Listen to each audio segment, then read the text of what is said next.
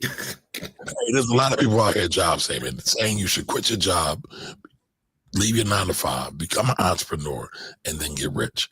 But what they're not telling you is that most people that work 9 to 5s actually have more money than the so-called entrepreneurs. So tonight's show for the Black Wealth Rebels, Freedom Friday show, we're going to talk about why you should use your job as your very first investor. Good evening, everybody. Welcome to the show. Good evening, Jimmy. Good evening, Corey. How y'all doing today? Oh, man, I can't complain, man. Ain't nobody listening. Plus, I woke up this morning, so let's get it. Hey, I'm listening, brother. I care. Yeah, let's go. Let's get. Here's Mari cares. Listen, man, Tupac cares if nobody else cares. Like Mari. Not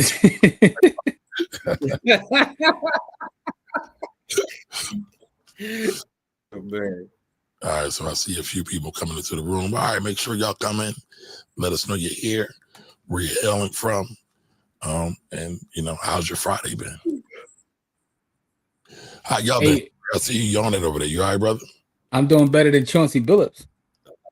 Yeah, Chauncey's getting dragged.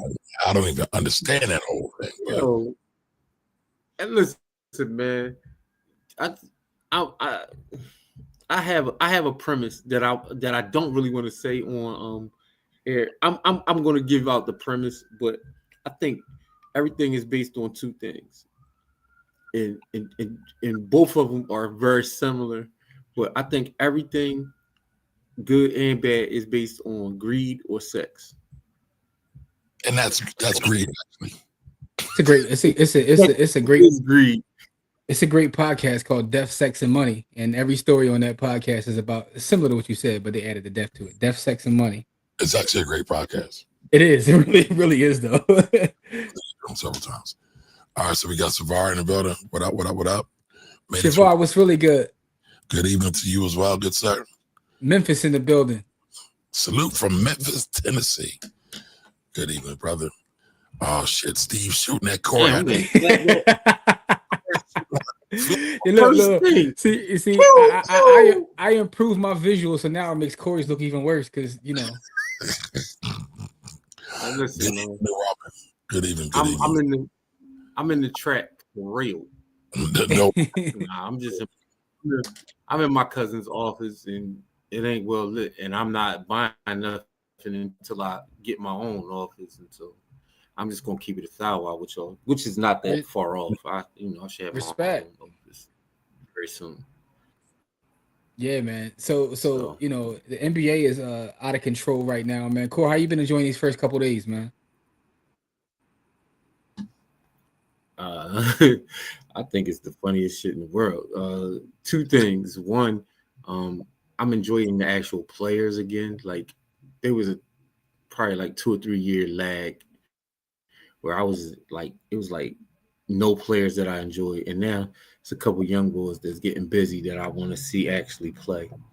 And then also with the scandal going on, I knew some of that was going on because people. Scandal was a Black Wealth story, man. Was going on. I'll tell you this. I already knew some of that was going on because anytime you add betting to sports, it's always going to be a percentage of people that just can't help their fucking self, right? That's just part of the game. So real quick though, I just want to add something to it because it is a Black Wealth story, by the way.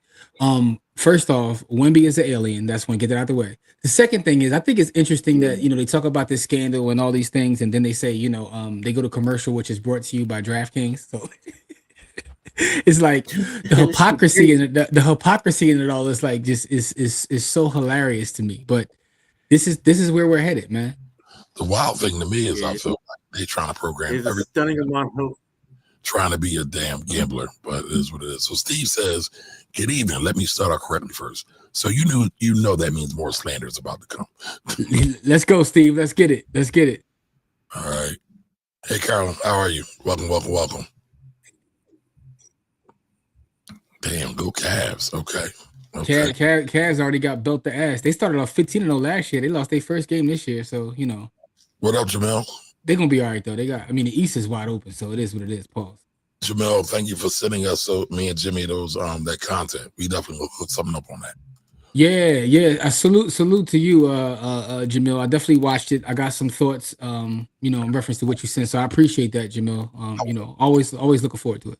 I want to talk about it, but we got to talk about it behind the village. Yeah, we're gonna talk about that behind the village, Jamil. So I'll make sure I tag you, Pauls, when we put that in the village, because we got some thoughts. But Ant says, how in the hell is the NBA even jumping down on players who gamble when they're paid to promote gambling?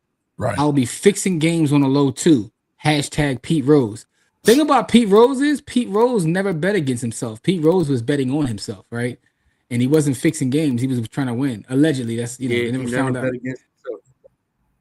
Parlay Poppy's up there. Pause. Lord have mercy. What y'all think about the AD vids? I don't know nothing about that. Are you talking about Anthony Davis? Or are you talking about something else? Because there's another AD from Love Is Blind who's thicker than a Snicker. So I don't know if she dropped video. I don't know what you're talking about. So. Oh Lord. Go Grizzlies. It's about to go off the rails. Sponsored by gambling, brought to you by gambling, endorsed by gambling. That's the thing, though. It's not even just the games. It's like Sports Center now is brought to you by gambling, right? You see it in the arenas. It's out of control. I guess it's not going to be just a fun All-American game anymore. I mean, it never was, but the funny thing about gambling is the reason that sports became part of culture. You know what I'm saying? Like, shout out to all my people. Listen, man, shout out to my people in South Philly, man. That's all I'm gonna say. So I know where you're going to eat cheesesteaks. Yeah, man. Yo, I sent you the video. I don't know if you watched it. The joint that Netflix did in Philly. The Philly. What is it? Philly Mob. Something. It's a Netflix joint. I sent it to you, Kamar. I said it's actually a real estate story. Nah, you sent. I don't think I got that. Man. Check your text, beloved. Okay, you sent it to me recently. Yeah, this week it just dropped on the 22nd. It's a 3-part documentary series that goes over the mob in Philadelphia during the late 80s and early 90s. Oh God. So you might see some people in there, what have you, but I told you was is actually a real estate story. I know what you're talking about. I don't know nobody. Up, down, stay in the house. I didn't come off the porch at all. Yo, man. I also, before we get started into today's topic, I want to shout out Enon. I want to shout out the links from last Saturday. The class we did was phenomenal. We didn't really get a chance to talk about that, did we? No, we really didn't. It was super dope. I'm still afraid of the one young lady who was in the class. She scares me. But outside of that, though, super dope. She was fine. She just don't play by the rules. She just don't play by the rules at all. Listen, I'm still talking about the young man who was interested in government contracts and making money off of the war over in Israel. Yo, he's like 9 years old. Now he's scary in a different way. All right, so the parlay has been ruining the black community. Yeah, the parlay is out of control, man. All right, so I want to show y'all something right before we get into tonight's topic. I want to get everybody's opinion on this. Basically, I believe they're trying to change up the $40 date. I think they're going to make it a little bit more expensive than $40. And I want to see what y'all think about that. I know all my Nate Gang aficionados will definitely have something to say about this. So give me 1 second. I have no idea what he's getting ready to play, but every time Camari does this, I get a little nervous, Corey. Remember last time he was like, I got something, out of the blue? I sell my pussy, but not for $40, more like $4,000. And that's just to see it. In all 60 years of my escorting, I've never had a pimp, a chauffeur. I've always been an independent entrepreneur, a contractor. And I believe that is the best way to sell your materials. 60 years ago, I would sell it for food stamps, 40s, Mickeys, and things of that nature. But these days, I take cash, Venmo, Cash App, Apple Pay, and cryptocurrency, preferably XRP. I've never been the type to go to streets like Figueroa, Vermont, Western. I've always been a Beverly Hills, Rodeo Drive kind of girl. Why would you solicit yourself where the train tracks are? Corey, get your Have class about yourself and put yourself in areas to where you don't have to do and flip 3,000 tricks for $100. You can flip one and become a billionaire. You got to think smart. Well, that's it. Just wanted to give you guys a little info about me. It's nice to meet you all. Hey, man, that's a tax story, XRP story mentioned. She didn't say nothing about Bitcoin. What's up with that, Jimmy? Corey, get your man, yo. You're not spreading the gospel properly. Get your man, Corey. What's up with your gospel, man? How you gonna let it Corey, get your man, yo. Every time he does that, it goes off the rails, man. Every time. Bitcoin. You're not doing it right, man. Pause. Yo. What is that, bro? Like, Camari is Camari, yo, and Corey. See, this is the thing. He always like to say that we spend time in the verse, the end verse. Who spends more time in the end verse than him? I don't. I told you, I'm inverse adjacent. Yo, I don't even know where you got that from, B. Like, what page you even find that on? I don't know. Like, what is that? Like, where do you find that at? Yo, like, I'm not even mad at sis. I'm just saying, like, Camari, where the hell you get that from? Yo, what like, part of the internet did you find that? Like, where do you even get that from? This is what I want to know. Our $40 date. Our $40 dates that has no, man. Listen, as long as the answer to that is no. Like, she live in LA somewhere. $40 dates in LA is different because people got actual money in LA. But if you live in a city where there's a lot of people, them $40 dates is still $40, bro. Yo, I just want to know where Camari be on the internet, yo. 40. This stuff like this, like where you be at, yo? Like what's on your timeline, bro? What's going on in the hood, man? $40 date. Yo, Apple Pay, cash. Yo, clean up your timeline, beloved. But did you hear her characteristics of herself? Yo, that was absolutely nuts, yo. So that means she's paying her taxes on time also. Now, if you do want to make it a tax story, there was a podcast I listened to when the lady was a lady of the evening, and most of her clients were Wall Street clients, and she became a multimillionaire by taking their advice and setting up actual entities and handling her business via an entity and creating like SEP IRAs. It was like one of the most intriguing stories I've ever heard. Please send me that. Please send me I'm gonna find it. Yes. Yo. Yeah, but first of all, y'all be talking about me and Camari.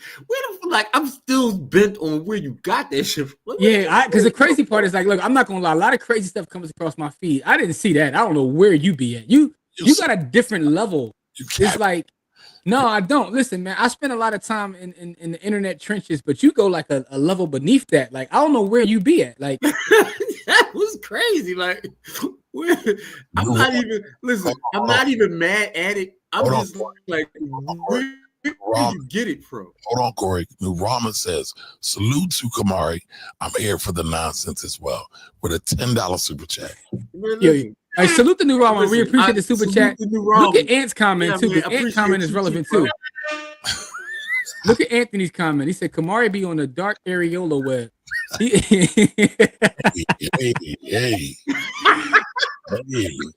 You be in the internet trenches, B. Like, hey, listen, man. I respect it though, man, because we did a couple of seconds ago. We were talking about, tax preparation and the tax code, and you go from the tax code to that. So, salute to you on being able to navigate both spaces. I keep telling y'all, taxes impact everything. Taxes are the most important thing in the whole wealth equation. Hey, listen, taxes impact the underworld more so than anything else, and I would consider that being part of the underworld, right? I would say this: taxes are part of the underworld is because people trying to avoid run away. Yeah, the underworld was partially created to avoid those taxes. It actually occurred to me. This is going to sound like a duh, but as I was watching that Philly mob documentary, and they were like, it's going over the history and everything. And I'm sitting there thinking like something we always talk about. We already know. Obviously, historically speaking, they were trying to, and at one point were their own government. If we go back to Sicily, it would happen. But at the end of the day, all of this is a network, right? So I was creating some content. I'm juxtaposing the Italian American mafia to other network, because all it is a network at the end of the day, right?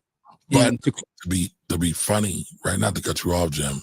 America is the black market, right? Because the whole thing was no taxation without representation. So America's an experiment. That's the crazy part.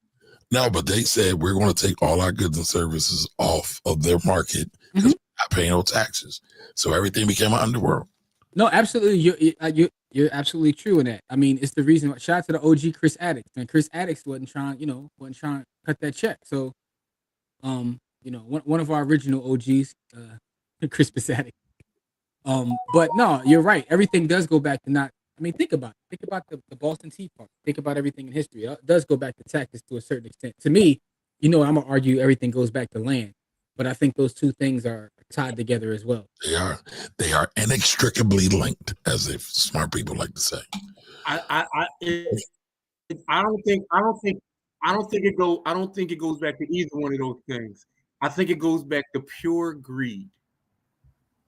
Greed for what though? Greed for land. Hold on. Sometimes taxation is pure greed.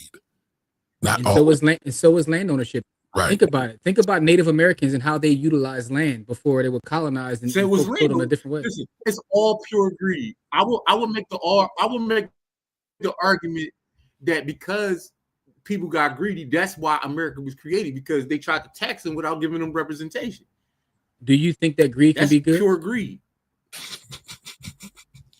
Can greed be good? Can greed be good, Court? Greed for life? Because greed always gets out of control. Greed is good is bullshit because it always gets out of control every single time. So you say it's not even possible? Not even possible. Not for humans. Not for regular ass humans. Unless you're some kind of damn Buddhist monk. Or you got to be ill. Is what you're saying. Greed is right. Greed works. Greed for love. Greed for. Hilarious, man. You don't even believe that. No, I'm just reciting the lines from Wall Street. That's all. I just like the Gordon Gekko speak. I'm just saying, yeah, you don't even believe that, man. So wait a minute, ESPN they do? I didn't know that. Yeah, I didn't know that. All right, what up, Jarrell? Listen, man, all them shows have been flirting with gambling forever. Y'all remember Jimmy the Greek? Forever. Yeah. You remember what got Jimmy the Greek put off TV, Core?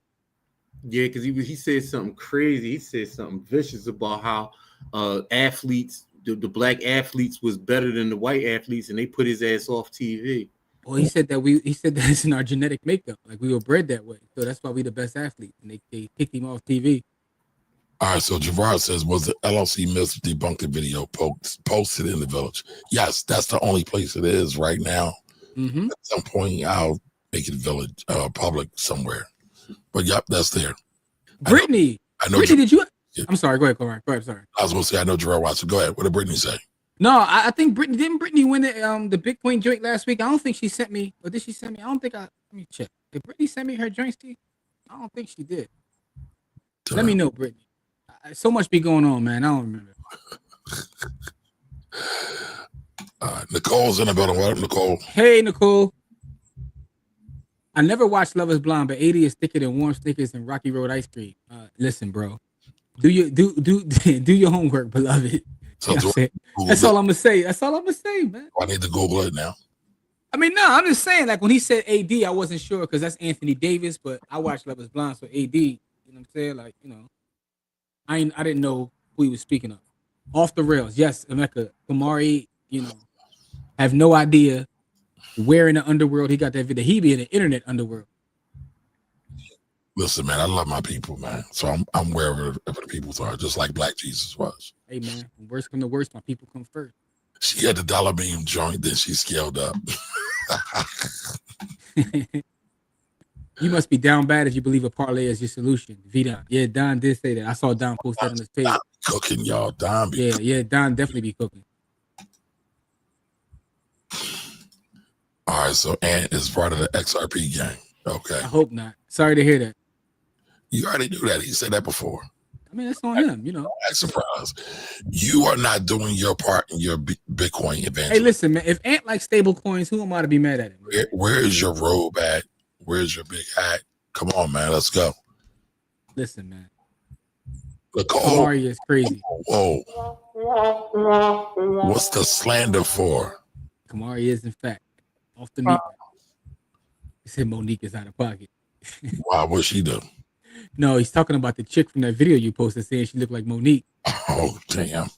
He said that lady looked like Monique. You better get down to the welfare. I got it. Camari's heel turn segment today. Listen, y'all, it's Friday. We got to have a little bit of fun. We done worked hard all week. We done went to our job. Hopefully you don't call your job a plantation. Hopefully you don't call your job, what else they call their jobs? All kind of shit.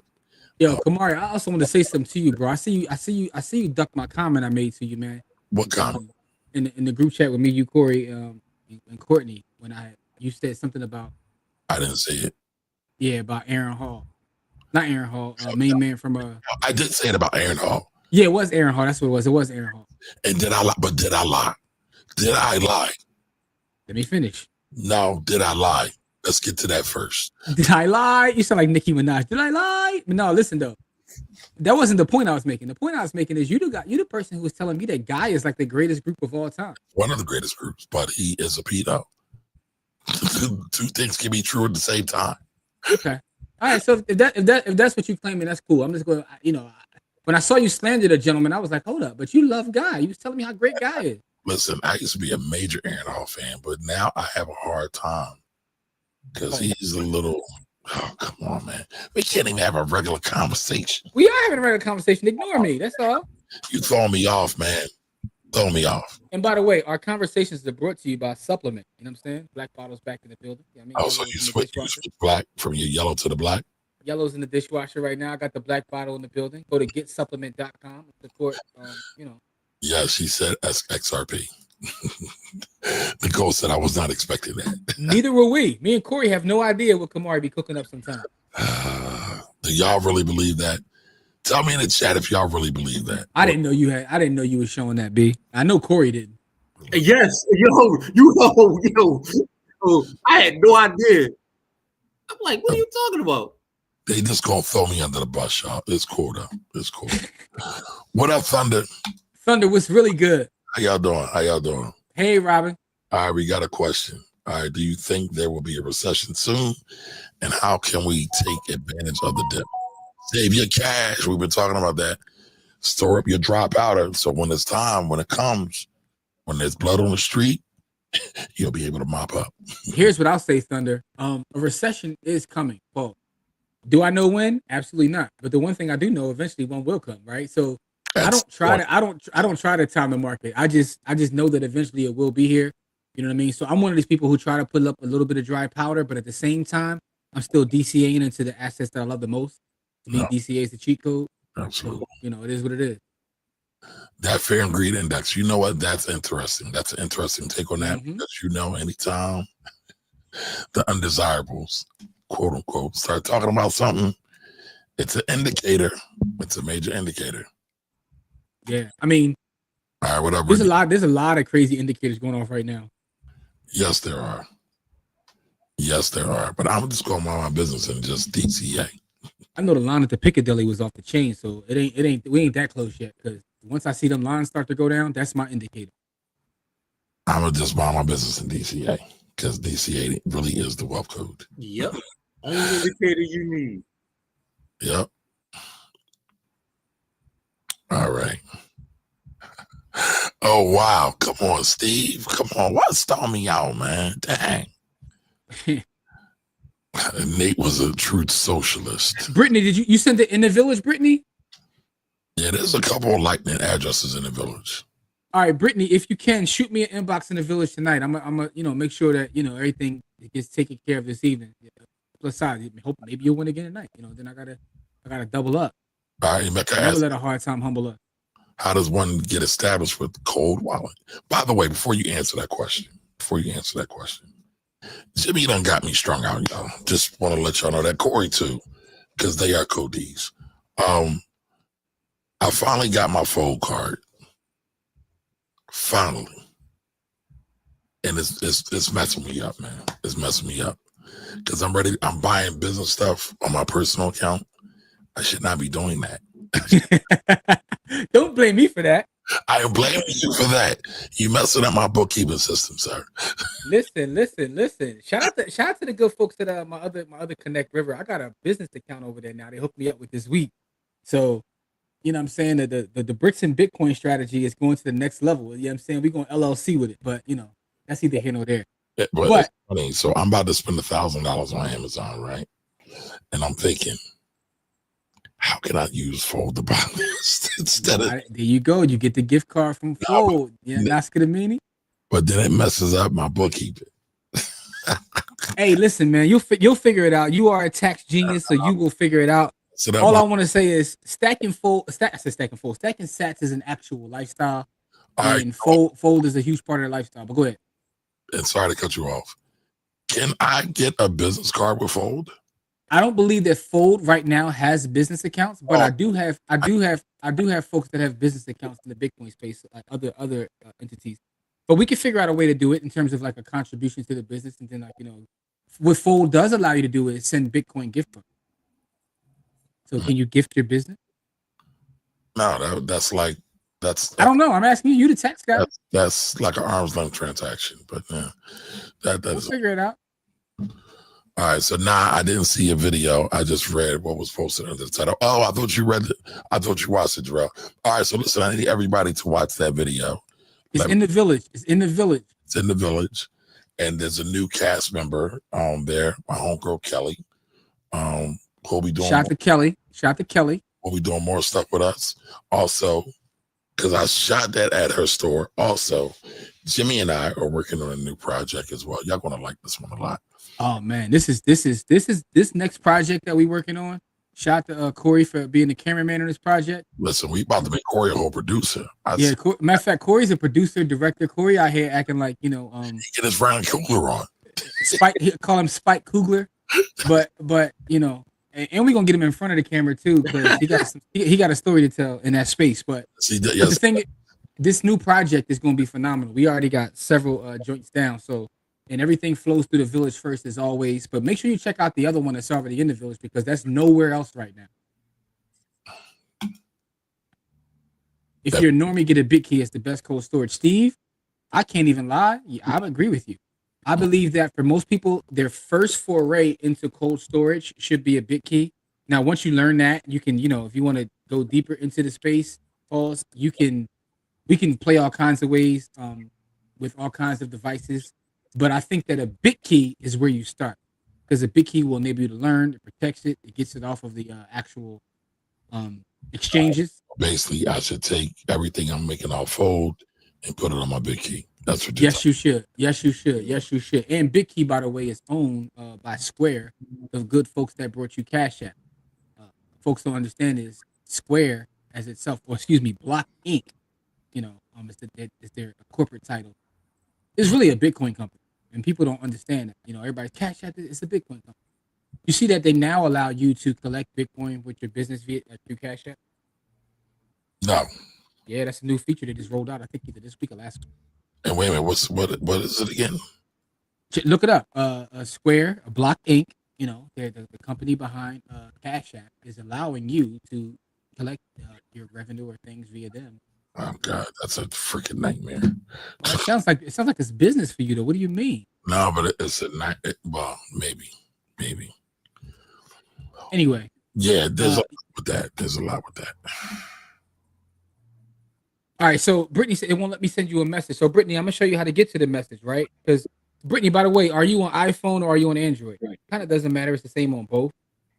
But do you have the application? Because if you have the application, just go to the two circles where you send messages and look in the top right corner. You'll see an envelope. In that envelope, that's where you can send a message. Just send it to Black Wealth Rebel. What up, KL? Kev, what's really good? As a barber opening an LLC, is there any licenses you need home-based? Let's shout him out, right? FBGM Jacob, what up? Welcome. And as Jimmy just said, are there any licenses you need? So normally you need a license, a barbering license with any state, and I'm not a barber, but business license. Yeah, well, you also need a barbering license as well It's true. to legally cut hair. And then depending on what municipality you are in, you have to then research that. I am in Philadelphia. Jimmy's in Philadelphia. Corey's in Philadelphia. We are Philly mobbed out. You need an actual business license. Now, a lot of people don't do it. But anytime you're doing business in the city of Philadelphia, you're supposed to have a commercial activities license.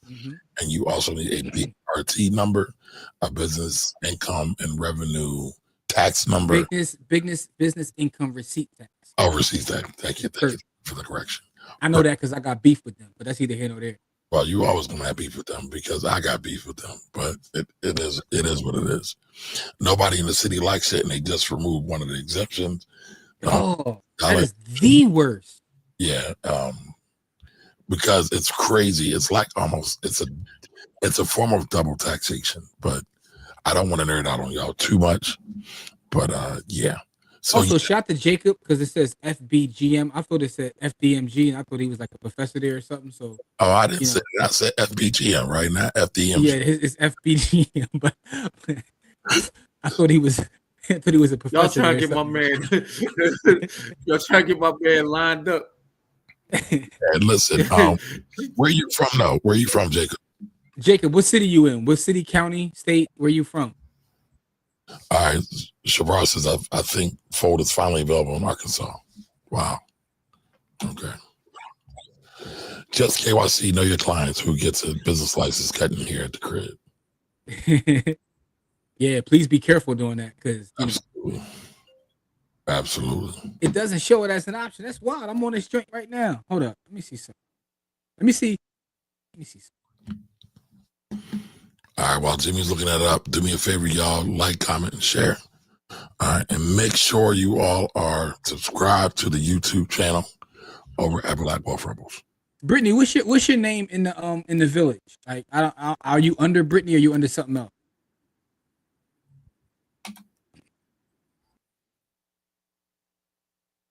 That's a great question for ChatGPT. Why? Why is that a great question for ChatGPT? I wouldn't rely on ChatGPT for that. Listen, Google nor ChatGPT have all the answers, y'all. Just sad to tell y'all that. Some of the stuff is good. Some of the times it gets close. But in business, you need nuance and you need detail. Because without nuance and detail, you will be fucked up and out of a bag real quick, y'all. Sorry to say it. It's crazy because like those models are still learning, and I've seen people rely on them for like. I saw someone in a hearing, a real estate hearing this week. And it was clear they were using ChatGPT, and they got their ass cooked. And I'm like, dude, like, all right, your name is the same. I'm trying to see if I can find you in here. I'm gonna try to send you a drink. Let's see. Hey, I like that, Steve. Finally, no slander from Steve. All right, Joel, thank you. I've been looking for that. Yep, it's right. It should be right there. But yeah, let me know what y'all think. There'll be more content coming. I actually have another piece talking about trust with me and Kelly. That was pretty interesting. Yeah, we're gonna have a funky good time, y'all. You're gonna have a funky good time. Hey, y'all can't replace Camari, not yet. Skynet's coming though. Skynet. Chat can point you in the right direction. Yeah, but the chat can point you in the right direction if you give it the correct prompt. And here's the thing, that's the big thing. If you give it the right prompt, and even sometimes without the right prompt, it gets a little fishy sometimes. So it can, excuse me, it can. But what I'm saying is in certain spaces, if you're going to court or if you're going somewhere where it's actually serious, you're not just looking up some random information. Even with tax. Yeah, with tax, anything that's serious, you want to really be careful because it can point you in the right direction, but it also could point you in the wrong direction. Because again, and this is an unpopular opinion, there's nothing artificial or intelligent about any of these large language models. They're trying to replicate human behavior. And the fact that you're trying to replicate human behavior by just using large data sets, that could be a problem because those large data sets already have incorrect information. And I've seen people get themselves in trouble multiple times already relying on both ChatGPT and Gemini. That's all I was saying. So just be careful. Brittany, also, I just sent you a message in the village in the regular group joint, so you can reply to me where I sent you the message, and we're gonna get that taken care of. All right, Brittany just replied in the village just now. Did you see that? Reply. Got it. Let's go. Yeah. Brittany, I'm gonna take care of you while we on the air. You know what I'm saying, and show you how real it is. All right. Shavar says, I'm worried about how crazy the government contracts can look with the AI help. Still need the oversight. Yep, absolutely. Camari got that clip from Skynetta Universe. Skynetta. That is hilarious. Emeka, that's the comment of the night. Yo, I know Jamil loves that, by the way.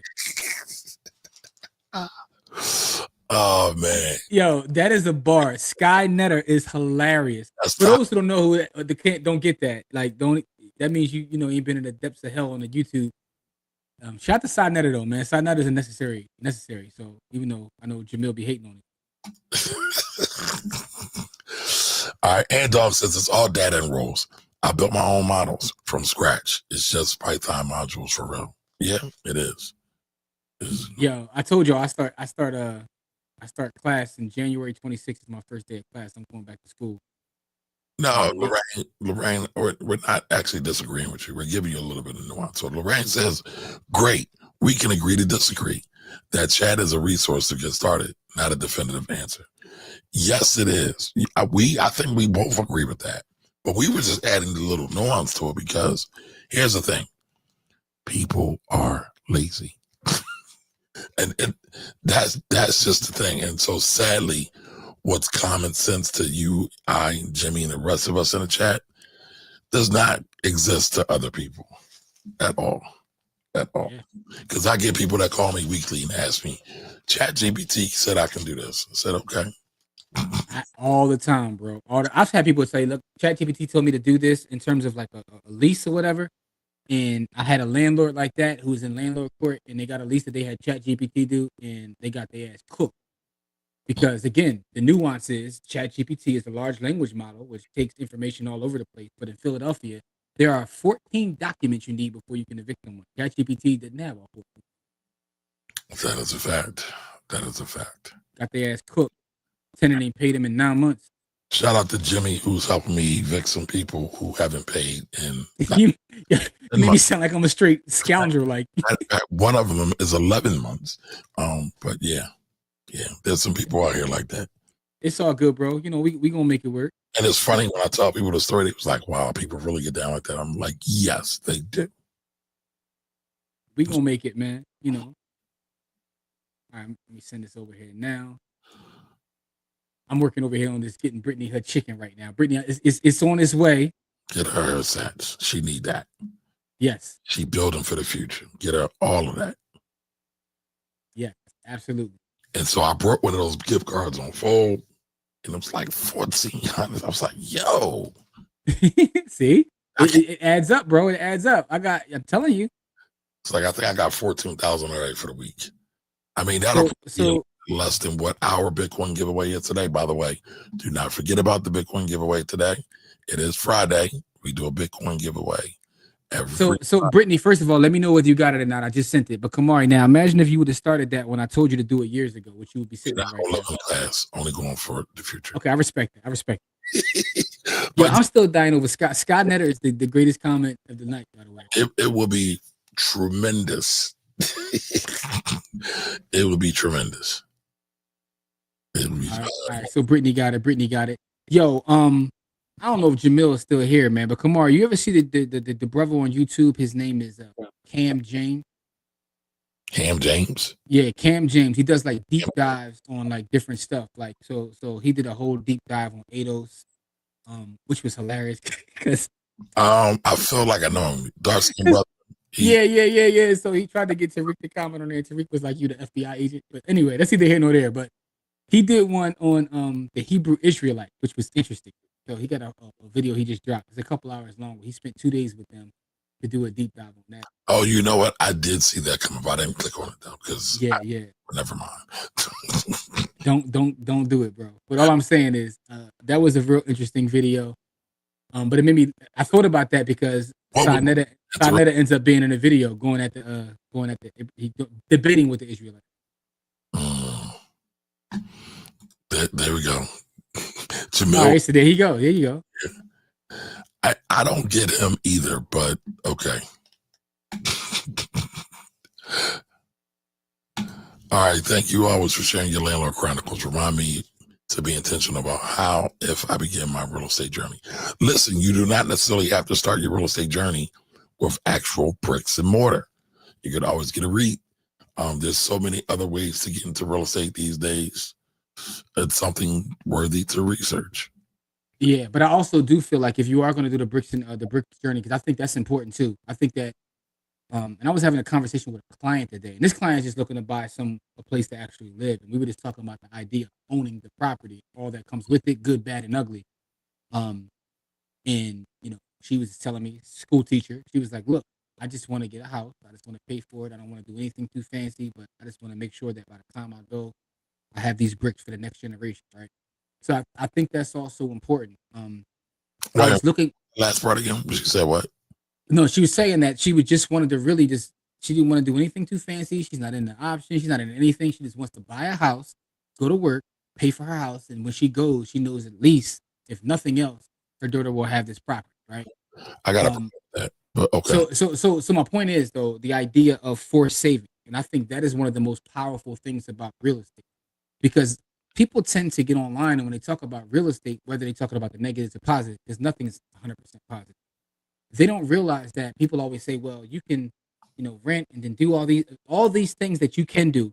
Those are true. The math is the math, but reality is also reality. The forced savings that come with property has been beneficial to our communities for years, and we'll continue to do that.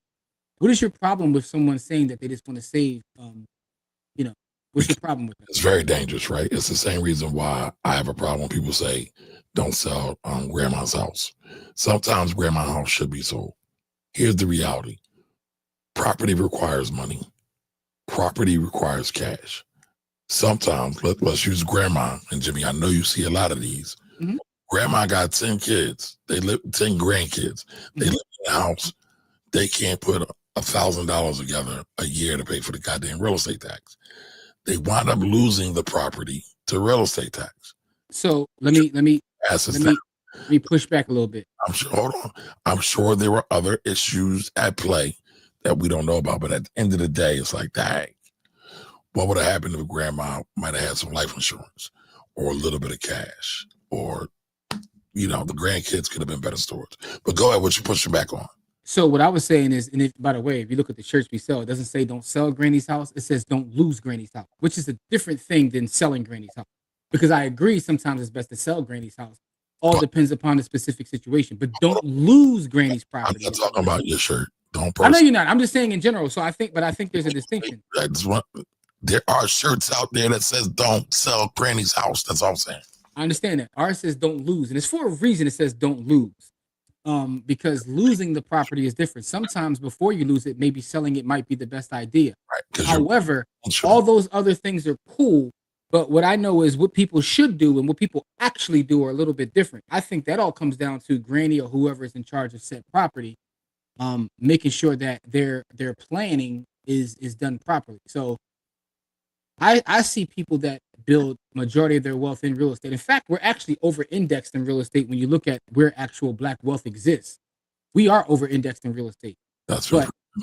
But understanding that is why I think it's important, because of that forced saving. Because some people, because we don't make as much income as other people, now that's also a problem. We need to work on getting our income up. What tends to happen is we take care of the roof over our head. So we end up with the equity in forced savings because we want to make sure we take care of that.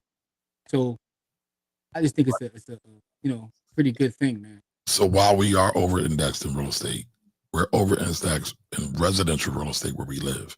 We are not over-indexed in investment real estate where you really get the gems, the juice, and everything else that goes along with it. Understood, but that's why I'm saying that I think still residential real estate I think is important.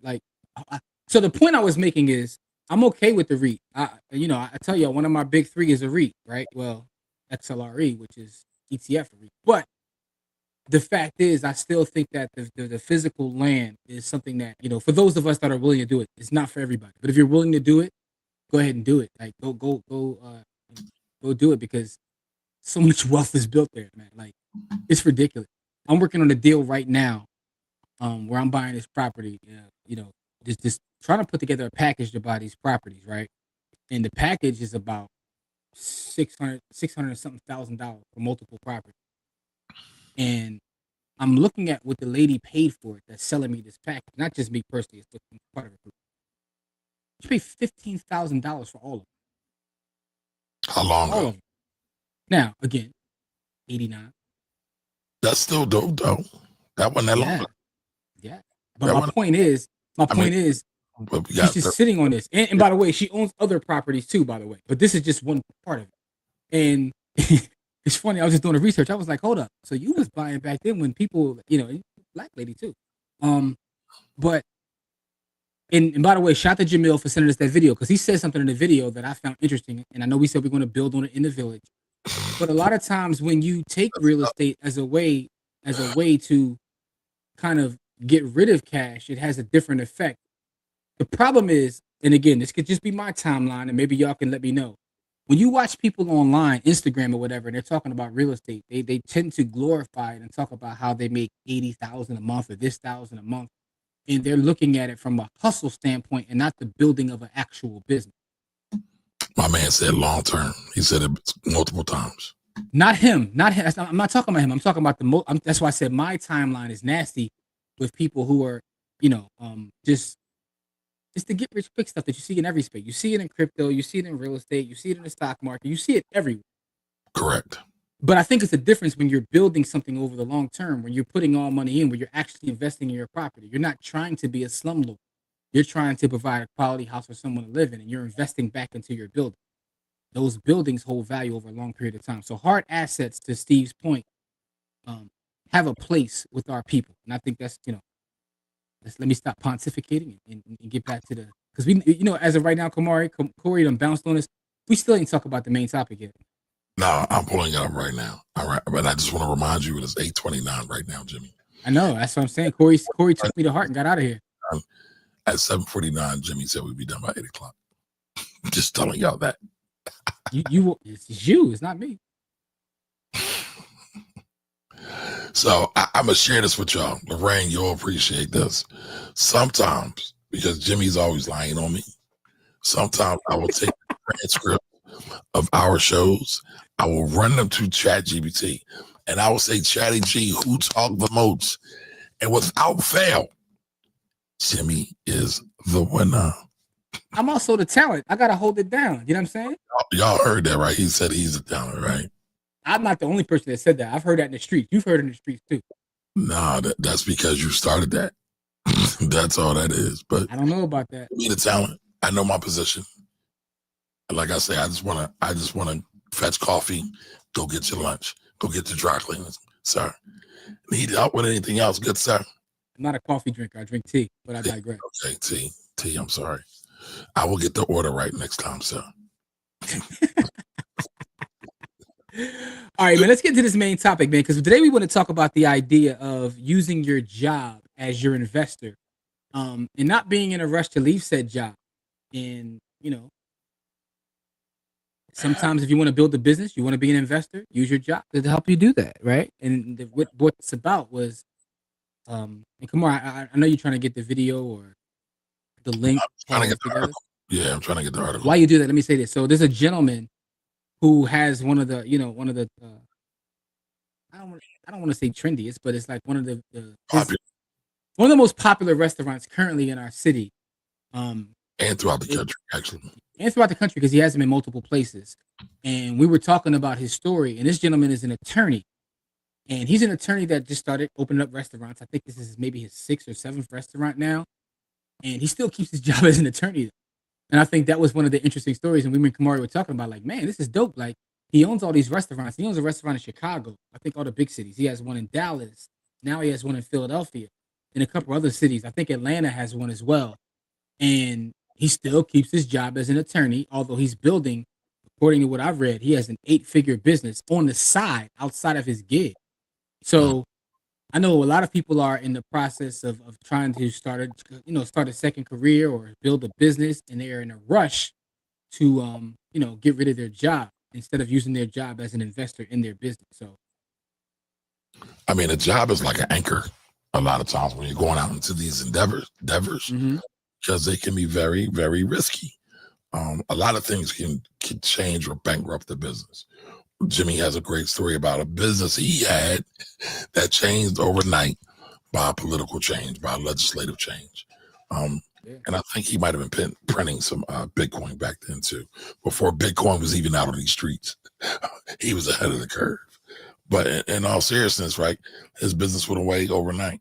Had he went all in, quit his job, and said, "I'm done with this plantation," he might have been jacked up. listen, man, also depending upon what you do for a living, I know some people have jobs they hate, but depending upon what you do for a living, your job can actually help you in your entrepreneurial journey. I've met so many people who have jobs and they start like their entrepreneurial journey and end up being a consultant in whatever it is that their former job was and make a bunch of money that way. So Yeah, that is a fact. That is a fact. I see that a lot. I see that a lot. So now you talk about multiple streams of income, your job, and then your business become a stable piece of multiple streams of income. I do want to say this real quick. There are people out here that still think multiple streams of income is a cheat code. And it can be, but there's a big but. You got a lot of people out here that's running around with 1,000 MLMs trying to do multiple streams of income. And you get like $1 a piece from one of them. Sometimes it just makes sense to focus on the one that you really like the most or the one that's the most profitable and just go all in on that, build that out, and then look to build out other pieces of multiple streams of income. That's all I had to say. Got you. Jimmy's like, he's not. No, I'm looking at Nicole's comment. I hear you. What you're saying is absolutely true. I'm looking at Nicole's comment, which is dope. Whoa, that is dope. She take her side hustle and sell it right to the gig. I love it. That's what I'm saying. Like, but pull back up the article though. Let's talk about it. All right, let's go at it. All right, so 5 years ago, he was a lawyer. He now is operating 5 restaurants. Jimmy, what did you say? 4? No, 5? No. It says 5 years ago he was a lawyer. He's opened his 8th restaurant, not 5. It says 8th restaurant. I know, but I thought you said 5. Okay. Yeah, no. I said 7, but anyway, he's opened his 8th restaurant and he hasn't quit his day job. He still acts as an attorney. Why aren't none of these gurus talking about this? Well, all these gurus that are telling people to quit their jobs and just have faith and go out there and what was it? Open your parachute while you're falling down to the ground. That's one of Kevin Kelly. And by the way, his restaurant is called Kitchen and Cocktails, spelled with a K. And I've heard a lot of great reviews by it. Yeah, I've heard a couple, couple so, but I've heard most of the reviews I will say have been positive. I didn't realize that he got the old Del Frisco's building. Oh, really? Yeah, on Broad Street. Oh, he got the one on Cambria. No, so 200, the 200 block of Broad Street. So that's 200 South Broad. Yeah, but that's the one. That's the second one. The original Del Frisco's is on 15th and Chestnut. A lot of y'all are from Philly, so y'all not gonna get this. This is downtown, like square in the heart of downtown, y'all. Yeah, he prime. So for a black man to have a restaurant in the heart of Center City, Philadelphia, that's a lot. That's major. So he's figured out how to scale and not having to be there himself because he has 8 restaurants running in 8 major cities. So, and by the way, in preparation to have this conversation tonight, I started watching an interview with a brother, and he owns some residential real estate. Like he's really going heavy into investing, right? And as an aside, restaurant is also a real estate play. right? Absolutely. We look, yeah, like a lot of these businesses are real estate plays, right? And if you ever read the book, I know people watch the movie, but if you read the book where about the McDonald's movie, the founder, Mhm. but if you ever read his book, he he has the opinion that most businesses that require brick and mortar are nothing but real estate plays. And he said that was kind of his realization in building McDonald's. And by the way, for those that watch the movie, know that the whole situation with how he took it from the McDonald's brothers and yada yada yada. Was But sketchy. Was sketchy.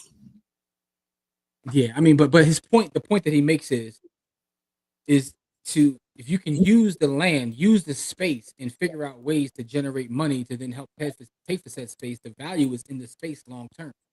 Correct. I would agree. And that's kind of the approach he took with McDonald's. Like, we're a real estate company. We don't sell burgers. We sell burgers for nothing but other to pay for the land. And the land long term is where the value lies. Now I'm looking at the first sentence of this article, and it reminds me something of what Nicole's doing right now, right? So it says, in 2020, Dallas litigator Kevin Kelly had a 10,000 square foot space on the ground floor of his building that had been vacant for years. And the reason why it reminds me of what Nicole's doing is that she takes her honey to her job. At his job, he found opportunity. So a lot of times people complain about going to work and, again, the plantation and all these crazy things, but they never stop to say, hey, there's an opportunity here, or to be, optimistic and say, what can the possibilities be? Mm-hmm. He did that. He's doing that. I think that's dope.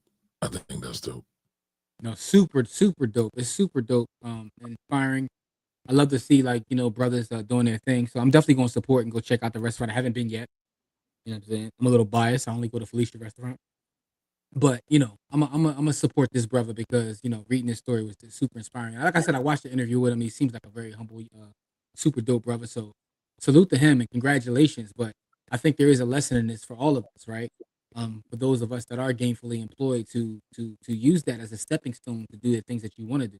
Now, I do know that there's context to this too, because some people have hard manual labor jobs they absolutely hate. Correct. You know what I mean? So it ain't got manual, right? It could just be tedious and you might not like your environment at all. You could have abusive co-workers and managers. So there's so many things about it. It sounds like you speaking from experience, because here's the thing though, because he actually owns his firm now. At first it wasn't. He was in a partnership, but now he owns his firm. So some will say owning a firm puts you in an entrepreneurial bucket as well. But the point is, he still goes to work every day. Yep. Because again, I watched that, see his journey as well with that. But Camari, it sounded like you was talking a little bit of trauma right there. Like you got clients that are pissing you off. I'm definitely talking from trauma. I'm talking crazy. Listen, man, I worked at IHOP one time, right? And this was a lesson, but it was also a very traumatic thing. So when I was a young and I worked at IHOP, I was a busboy, became a prep cook. And as you see, I'm opinionated and I asked a lot of questions. And so there was one of the owners of IHOP. I'm not going to mention his names, but I was asking him a question about the dishwasher. And what he said to me was, and Jimmy, if you laugh at this, you're going to hell. He said, shut the fuck up, Camari. Shut the fuck up. And he hold up. Real quick. Which time were you working at? Where is it located? The one in Jenkintown. Uptown. Yo, I used to be there all the time. I'm probably disrespecting everybody was, because for a while that was the only one. That was the only one for a long time. Yep. So the guy was from Boston. So in his full Boston accent, he based me. And then I worked there with a bunch of my friends. Matter of fact, Jimmy, you met some of the friends. They all saw this. To this day, I am still traumatized by that event. Shout out to that was York Road, right? Yep. Yeah. Yo, real quick for everybody in the chat, and I'm gonna ask you this question too, Camari. What is the single worst job you've ever had? Oh, that's easy. That's easy. It wasn't. I had a job for a day. This is the only job I've had for a day. I quit the very same day. I quit a job in 3 hours, but go ahead. What was your job? Oh, damn. I want to hear about that. That's even more interesting. What was yours? You go first. All right. I can't even think of what they're called. What are the people who do the basements and they dig the French drains and they waterproof the basements? Oh So man, that's too labor intensive. I was a waterproofer for a day. So we were digging 18-inch trenches around homes, and all these homes were in very, very nice neighborhoods. So these were people who had money. I did that, and then you were supposed to dig a trench inside of the house to put the drain. So this is all for containing water and controlling water when homes have water problems. I did it after one day. I didn't go back. I didn't go back the next day. Couldn't do it. I worked at UPS for 3 hours. Which one? Down what was that? Delaware? Not Delaware. Oh, the airport. South Philly. Yeah. Oh, I worked there too. 3 hours, bro. 3 hours. do? Go on break. I went on break and never came back. What do you mean? Like, You worked on a belt. dog, you talk about manual labor. I think I worked for 3 hours and I might have lost like 20 pounds in 3 hours. Like, So I'm like, people do this? I'm gonna tell you what I did there because I worked there over Christmas. I'll never forget. My son was just born. I was a tug driver, so I was the guy who drove, got the packages on the little dollies, hitched up to them, drove them to the belts, and then delivered them off. It was a sweet job, but I had to be there like midnight, didn't get off till like 5 a.m. Matter of fact, there's a whole story about how I crashed a car behind that job. Damn. Like 2 days after I got it. 2 days after I got it, I crashed it. I had to tell you that story one day. Damn, bro, you got some you got some real job trauma. You got job trauma out here, man. Another trauma. All right, I know some people in the chat put their worst job in it. Let's talk about that because here's what the reason I'm bringing that up is because relating it back to our overall topic, right? I think it's important, right, to have a job that you actually care about. This is not for everybody that has a job that you absolutely hate. Although you can use that as a stepping stone to go somewhere else, but But anyway, let's get to the comments. Okay, I'm still catching up. All right, so Nicole. All right, I know that's fine. Okay. They serve drinks out of Douce bottles. Then they partying different in Dallas. Yeah, they got some upscale soul food. All right, Pastor's in the building, and Pastor's always got a word for us, y'all. Yeah, most people are trying to quit their jobs because they never increased their skills to command higher income jobs. That's a fact. That's a fact. Skills. Work on your skills. Yep. Javar says, I was about to ask if Relish was open on Ogons, but I see it closed. I just saw, I had a Facebook memory pop up yesterday when we was at Relish. Shout out to Relish. Right. It's a new spot there, though. It's called Jacob's. Yeah. Yes. Yeah, I've been there a couple of times. The Founder is a great movie. Michael Keaton is one of my favorite actors. Michael Keaton got chops. He definitely got chops. Yes. All right, we're lagging a little bit today, y'all. Yeah, I know. That's crazy. I thought it was a core at first, but then his computer cut off altogether. But I see it's still a little lag there. Yeah. Thunder says, one of the most inspiring books I've ever read was Black Titan. This is a must read. I've read that book. I think I'm ready to go back and read it again. That is the A.G. Gaston book. So, real rap, A.G. Gaston is a great inspiration for me. That book, Black Titan. Mm-hmm. That was one of the books or pieces of content that I created that I'm probably most proud of. That really got me kind of locked into being a content creator. Okay.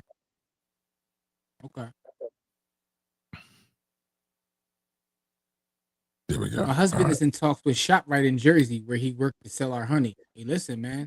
Grow the business. You might need a co-packer now. I finally watched The Banker. I'll have to check out The Founder. The Banker was super dope. Phenomenal.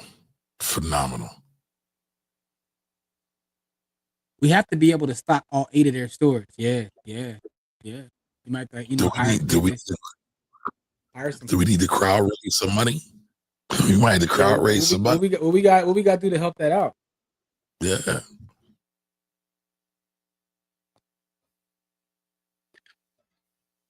So Dina says, my job can get super demanding. I'm hoping to retire early, setting myself up, using the money earned in OT to stack. Hopefully get back into real estate and not have as much stress. So you're still using it as a tool in your journey. It's part of your journey. It's your tool. So clearly, you smacking around gold is part of your strategy. I'm sure. That's it. And his Boston accent. Shut the fuck up, Camari. And my friends do not let me put that down to this day. All right, so Shavar says Saturday night, Sunday morning at IHOP. So that's a fact. Now, when I got older, my Saturday night, Sunday morning was at Palmer's.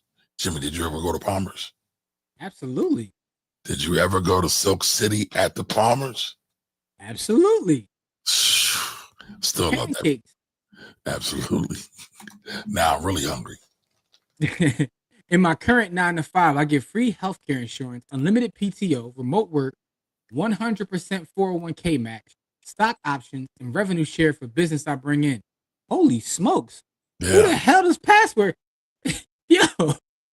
I need to work where you work. That's a crazy package, pause. Sheesh. 100% 401k match. Stock options. I'm sure. I'm sure it's up. Come on, cuz. A certain point though, but yeah, that's still dope. That's wow. Yeah. Okay, all right, Shavar. So we probably cross paths. Sound like you might be an uptown boy. Yeah, Shavar. So Camari, clean my table off, yo. All right, worst job dishwasher. It's not that bad. It wasn't that bad. All right, Nicole said she did outside sales. I quit after 4 hours. Shot the Vector 9. There was this one time where I sold books door to door, and I would go to different towns and tie it down. I'll just say that. Okay. Having to dress in a chicken suit in June when Taco Bell came out with their best thing since 59 cents, 79.99 chicken taco. Damn. That sounds like a bit much, yo. That's tough. You need to get that chicken. I did 4 hours at McDonald's, left and never returned. My check showed up in the mail like 2 months later. That's crazy. Some of y'all probably got money in unclaimed checks. One day I'll have to tell y'all my McDonald's mystery night story, because there was a McDonald's. It's funny. There was a McDonald's in my hood that was built and owned by a black man. On Ogons? Yep, on Ogons. Yep. I got a story about the Roy Rogers right around the corner from there. I almost got lost my life at that joint, but that's for another day. And it's crazy, right? Back then, right? Wasn't not a whole lighting back there either. So that's why I almost lost my life. I walked in at an inopportune time. Various activities. Yeah, man. A data. Go back to that one over here. Comment, Camari. It says data entry job. A data entry job I had in college was the worst. Too monotonous. I felt dead inside. Yeah, see, that's the thing. You never want to feel dead inside. That's no. Absolutely. Worst job. I dug trenches like Camari, but for concrete work a whole hot summer. Second worst was working on a factory line at a bra factory, cutting patterns with mechanical scissors. I left at lunch. Sheesh. Damn. How many days did you say at the bra factory? What? See where your mind is. Amazonian plantation for sure. Yeah, I heard Amazon was a straight sweatshop. Second worst is a tie between third shift inventory specialist at Target and Frito-Lay stocker for a temp service. Both hella monotonous. Oh, now you're reminding me of that time I worked overnight at CVS. Jeez, stocking shelves. My very worst job was quality control at a strip club. Wait a minute, what does quality control look like at a strip club? I was getting ready to ask that. Were you in food services or were you in yam services? I don't know, like, what's that even look like? We need you to elaborate. All right. Brittany says I don't have. Mm-hmm. All my jobs taught me something valuable. Best Buy was the best place I worked. Why was Best Buy the best place you worked? I want to know that. All right. LaJoya says, every job I've ever had, I've worked them, do more to gaining additional skills and or of interest. I'm a serial entrepreneur and I've held many careers since the age of 12. Sheesh. I grew up with family members having 2 or more careers at the same time over a decade. Mm. Shout out to all my West Indian folks. My West Indian folks, I don't know nobody that hustles like them. That's what that said. That's what that reminded me of. Like, I got folks like, I'm cool with who are West Indian, and they stay with, like, they don't feel like they have a job unless they got to. That's a fact. That's a fact. Anthony says, I worked for the Park Commission in Memphis as a summer work program when I was 15. We dug out trenches at Audubon Park. I lasted a week. Then I went on to work on Bill Street for the summer. Shout out to Bill Street, man. I was down Bill Street a couple years ago. Got a nice, couple grubs but anyway though, these people, y'all digging ditches sounds like a lot of hard work, man. It's like 3 of y'all that said it already. So Nicole says, Jimmy, that land I spoke with you about, I can now have more beehives. Let's get it. Let's go. Land. Hey, Kamar, if you can remove, I'll do it because maybe that's what's causing the lag. Is that article? Let's see if I can remove What? that. If you clear out some of the stuff at the bottom, like that article you were showing, you remove it from the stage altogether. No, I don't think that's it. But I just took it out. Okay. All right. Shavar says, I'm still in government contracts at the IRS now. Okay. Hey, it's a ghost town in there. By the way, what does that look like in government contracts? Like, are you reviewing them, or I'm curious about that. Pat says, no matter what your job is, it is only designed to produce income. What you decide to do with that is what builds or destroys wealth. Seed income doesn't produce fruit until it's planted.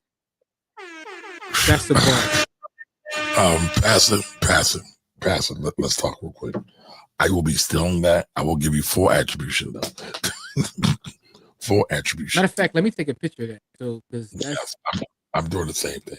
Yeah, I'm taking a picture of that because I be on Twitter, like, you know what I'm saying? Yeah, that's a bar. That's a double bar. There we go. Bam. All right. Whoa. We got 300% 401k match. Up to what level? And where do you work? And can I apply? Damn. That's awesome.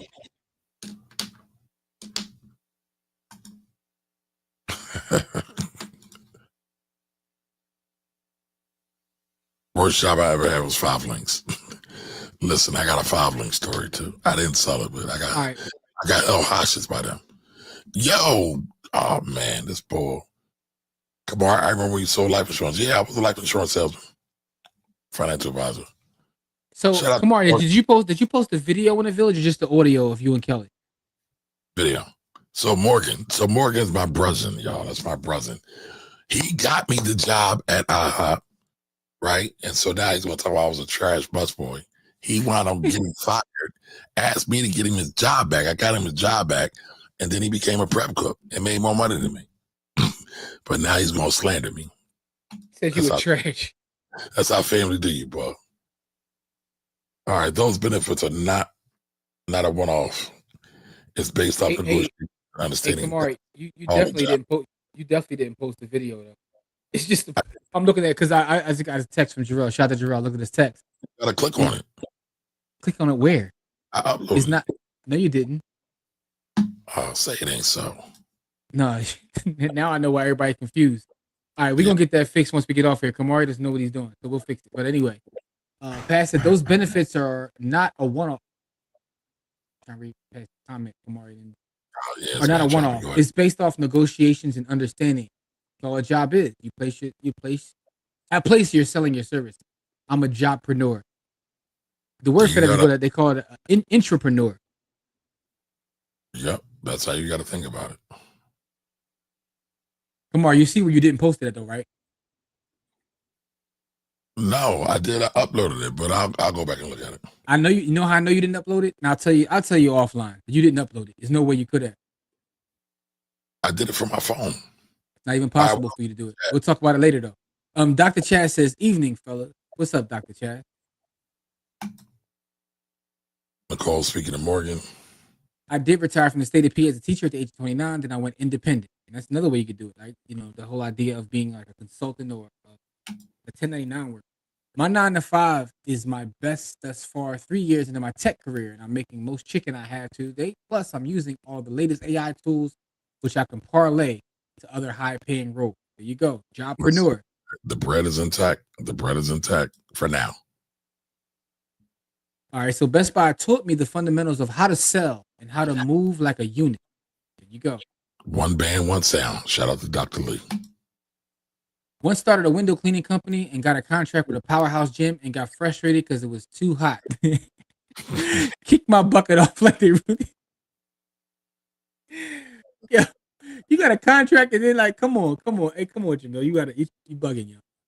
I had to make sure that the product that was up to the customer standard. Okay. Which product? So are you again food services, or are you talking about let's remind everybody.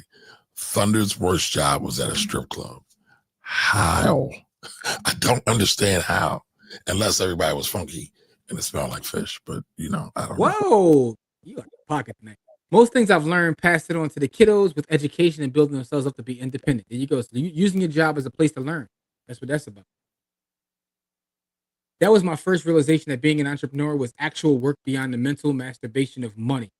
Yeah, absolutely. Yeah. And Jamil, I did see a comment earlier. You asked about two specific gentlemen in the real estate space. Now, the dude Win, I do like his content. The Vietnamese gentleman, I've seen his stuff. Yeah, all right, but it is what it is. And you can't sample the merchandise. Oh, hold on.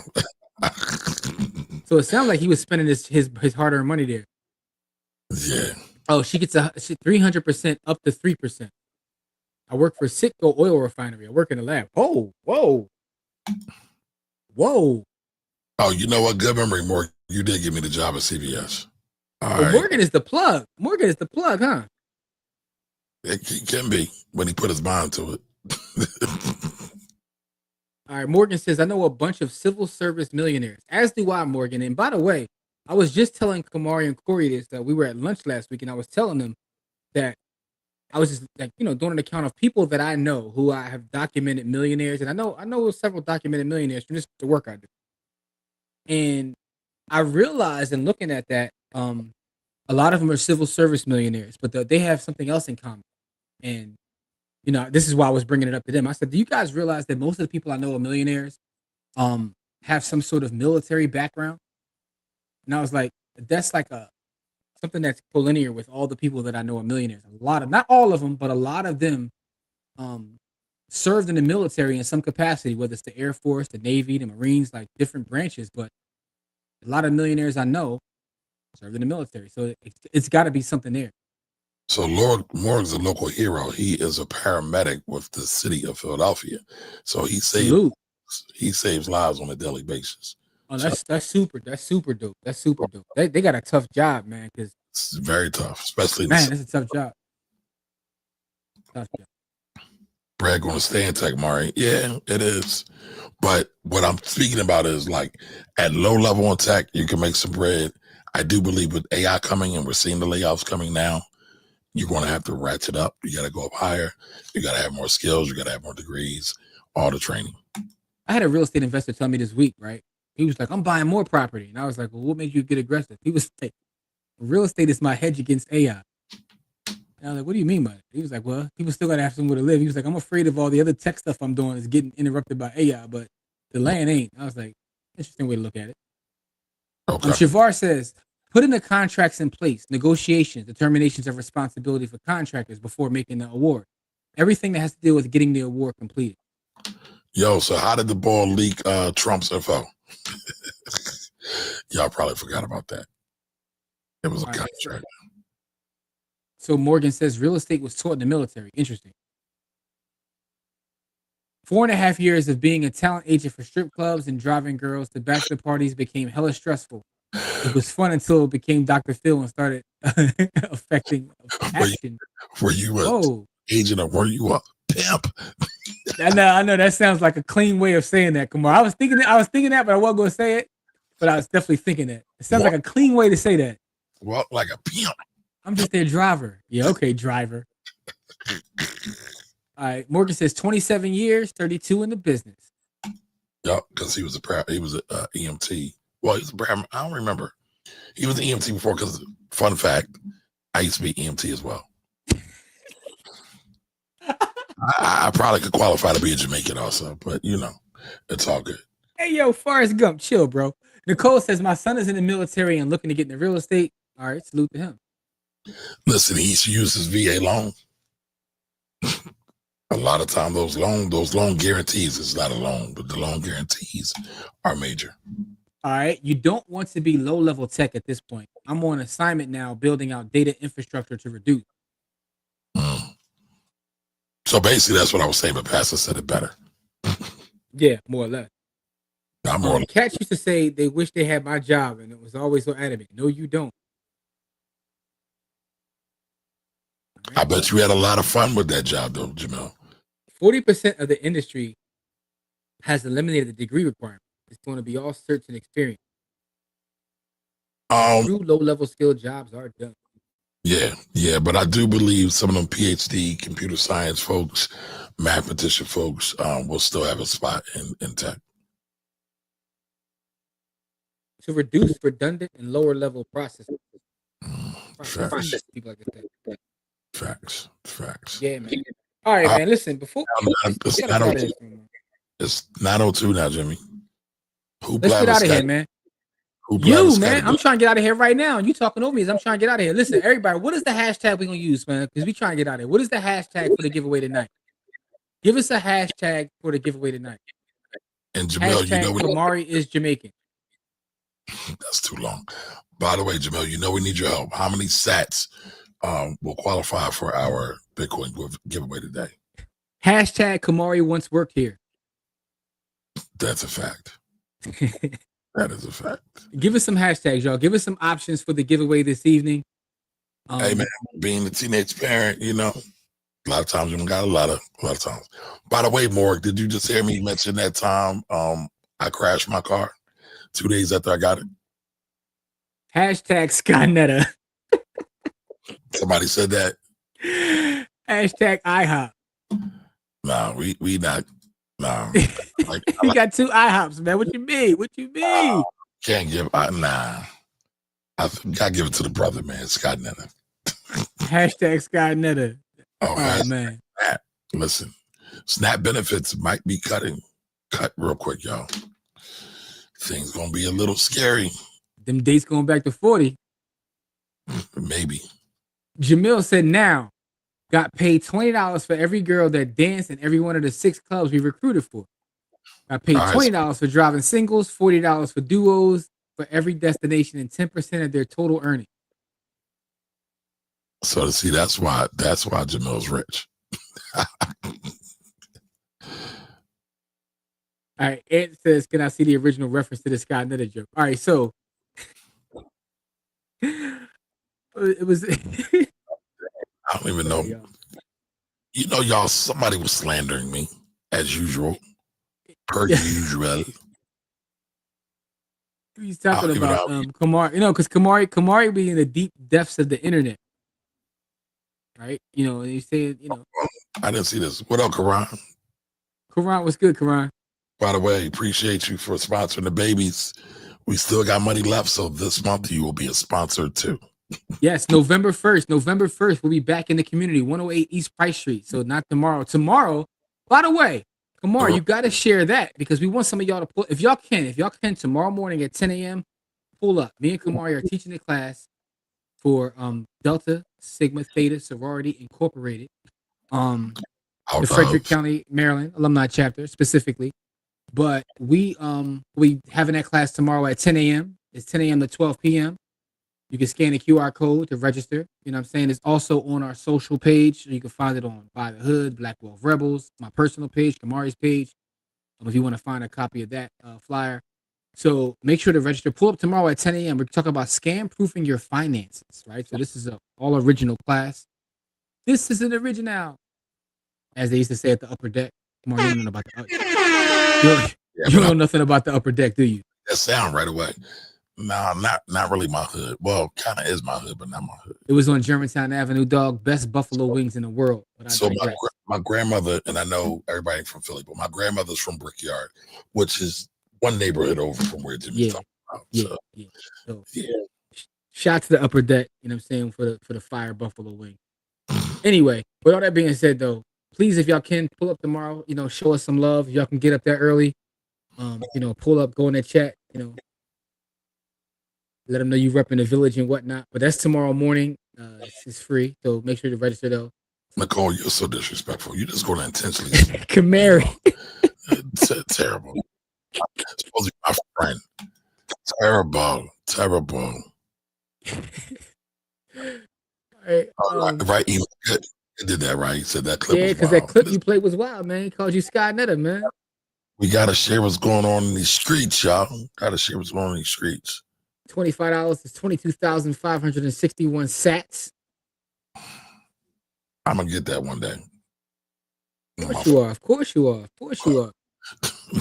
Dog, I got a new joint. I'm gonna show this eventually in the village because I'm still working it through. But I got 50,000 sats this week from playing a new game.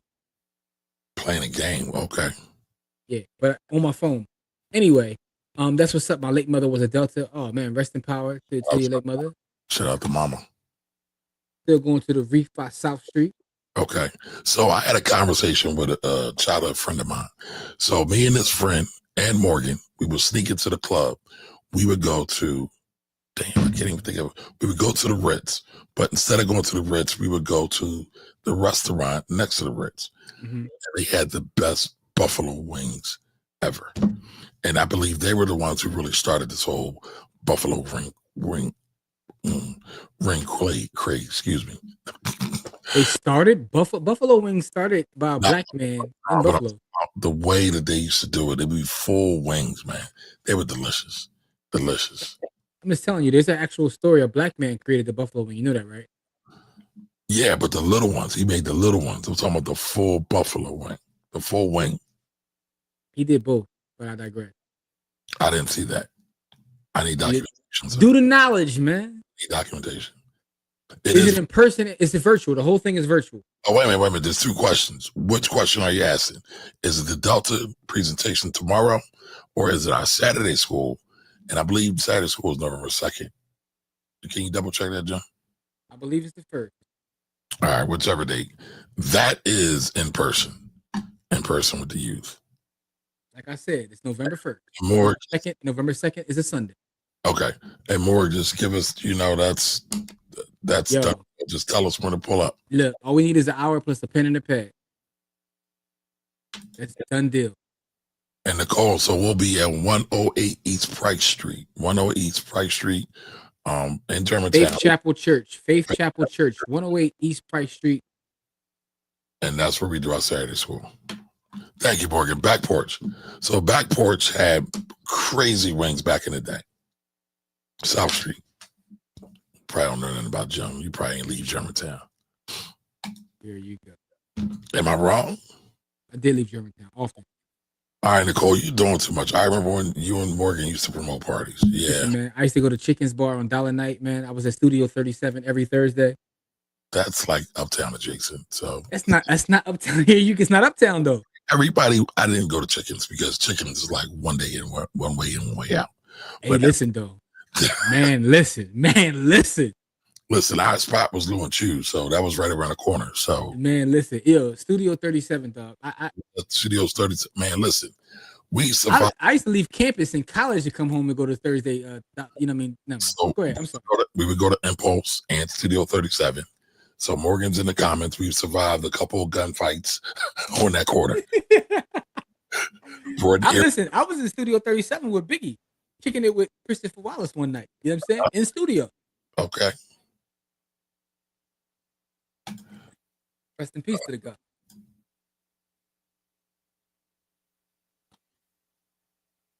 The party wing is the best. And did it really start in Buffalo, New York? By a black man.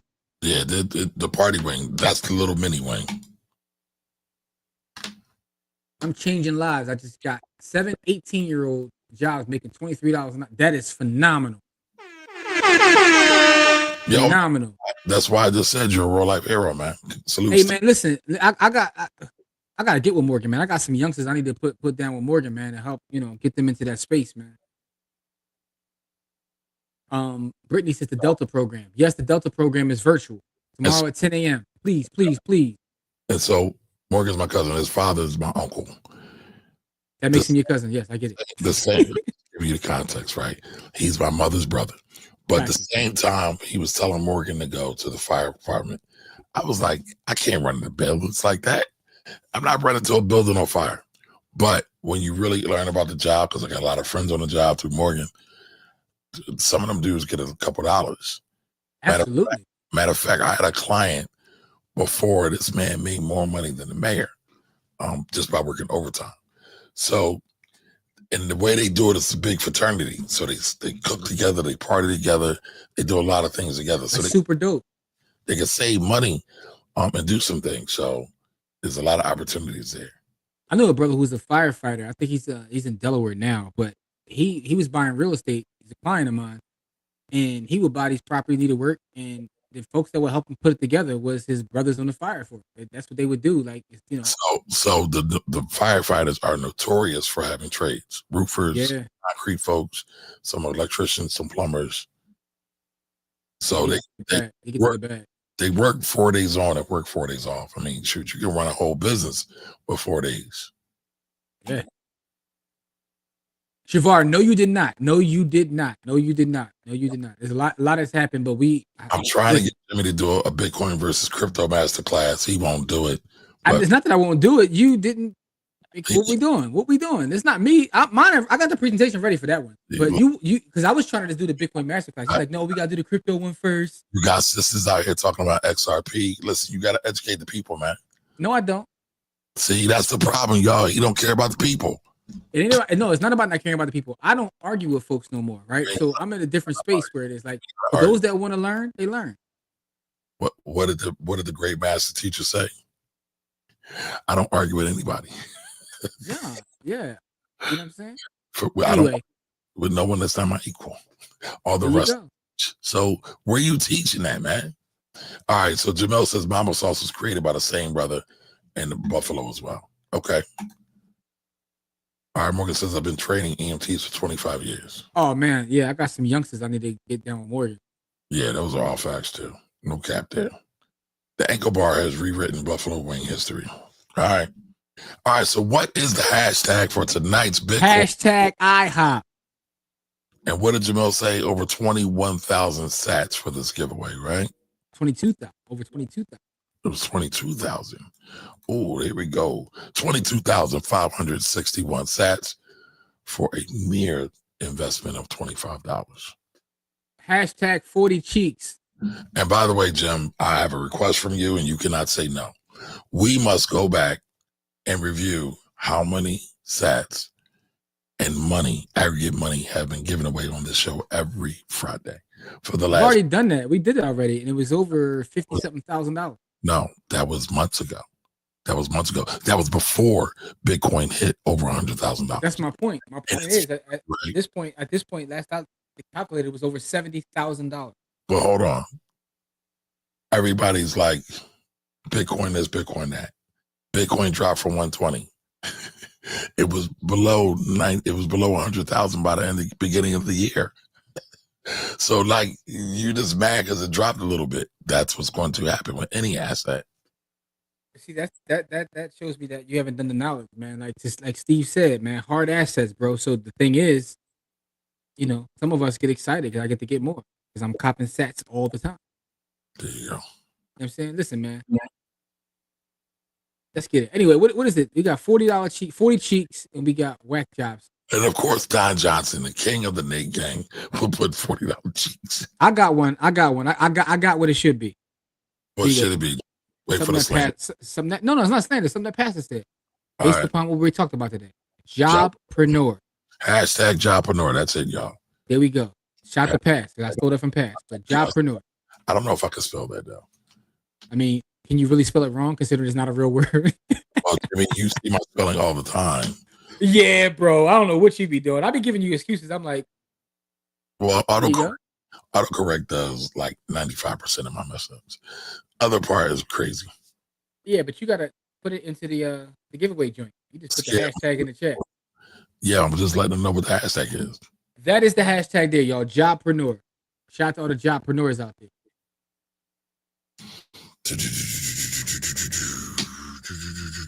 All right, so everybody put hashtag jobpreneur to get an opportunity to potentially win $25 worth of Bitcoin, which equates to $22,561. Excuse me, 561 sats.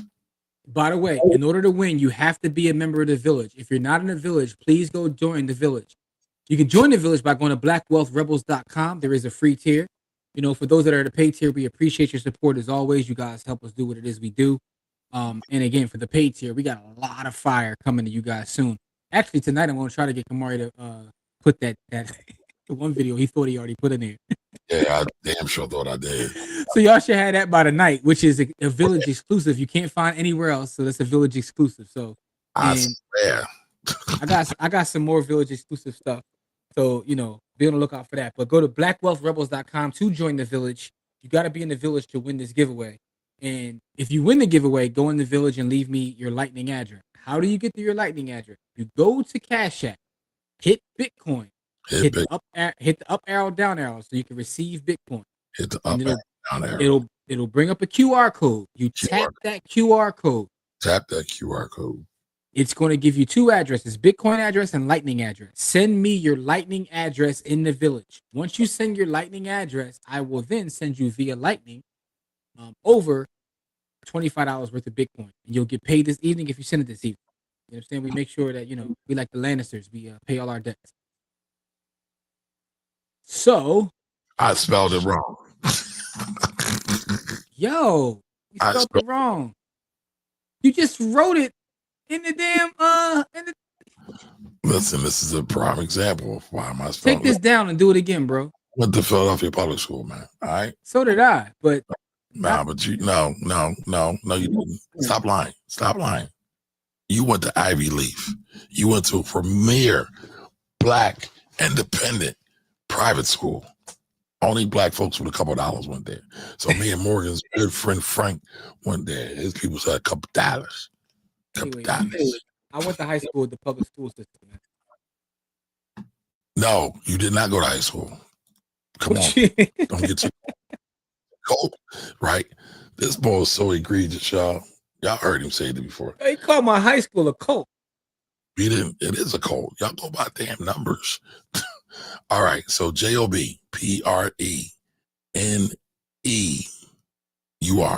I got it. Sir. I got it. Yes, sir. Or did I mess it up again? I messed it up again. Damn. Don't do drugs, folks.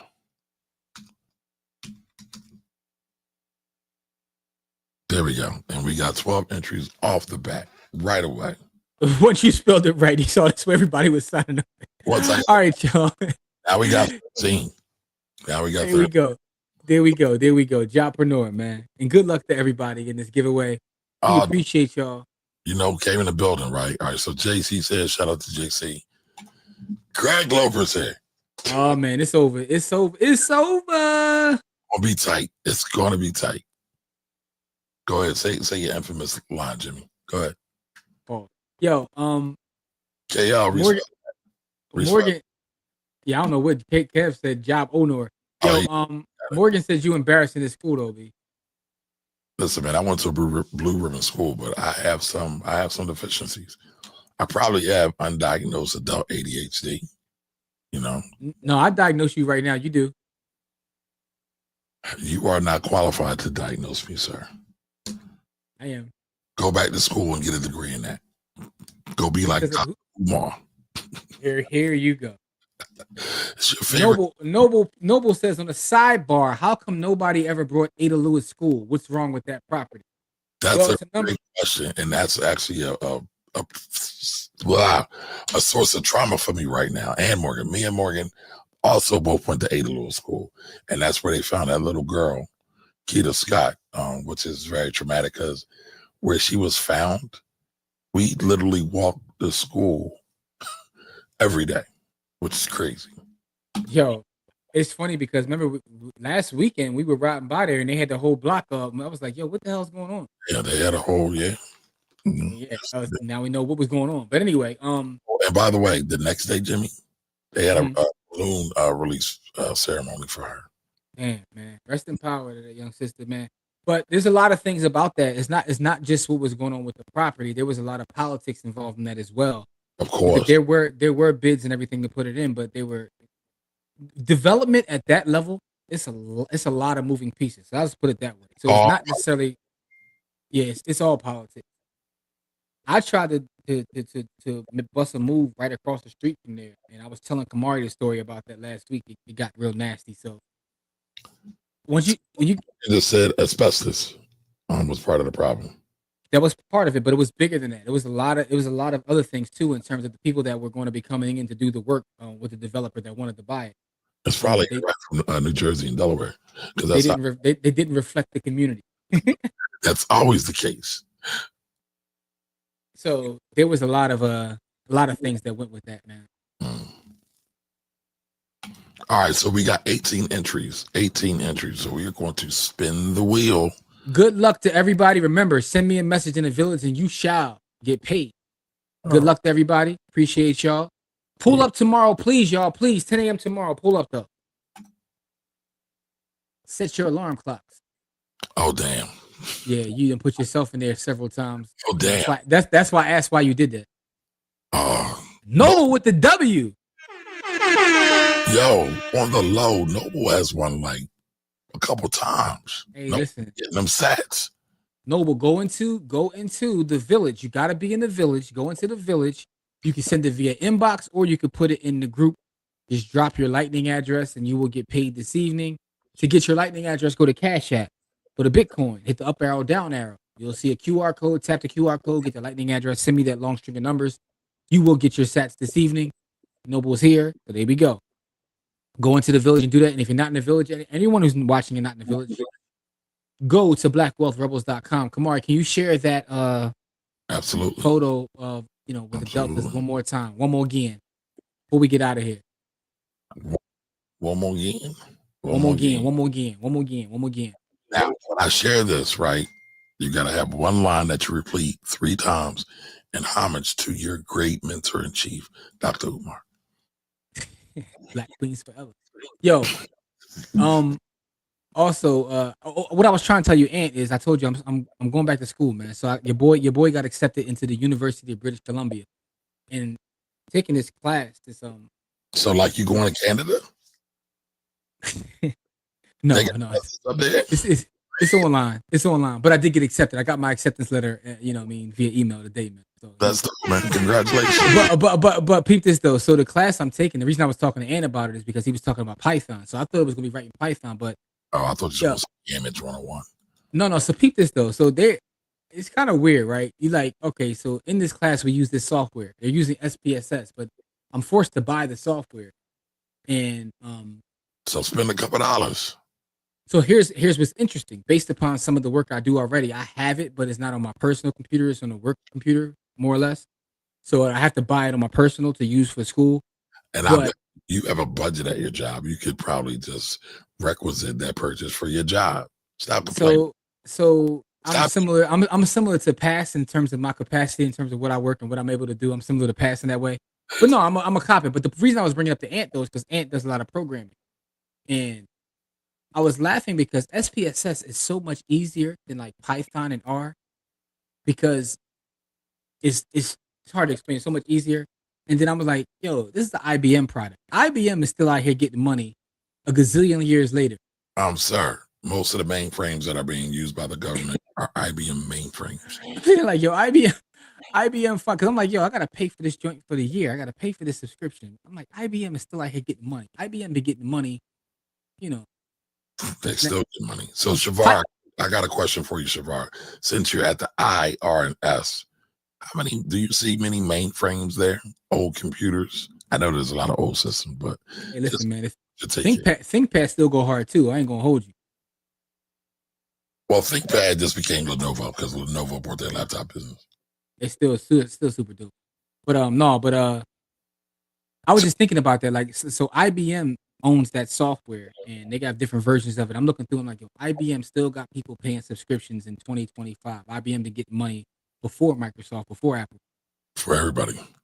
Yeah, before everybody, pretty much. 10 weeks until, man, I didn't think about it that way, Lorraine. It's 10 weeks. That's crazy. It's right around the corner.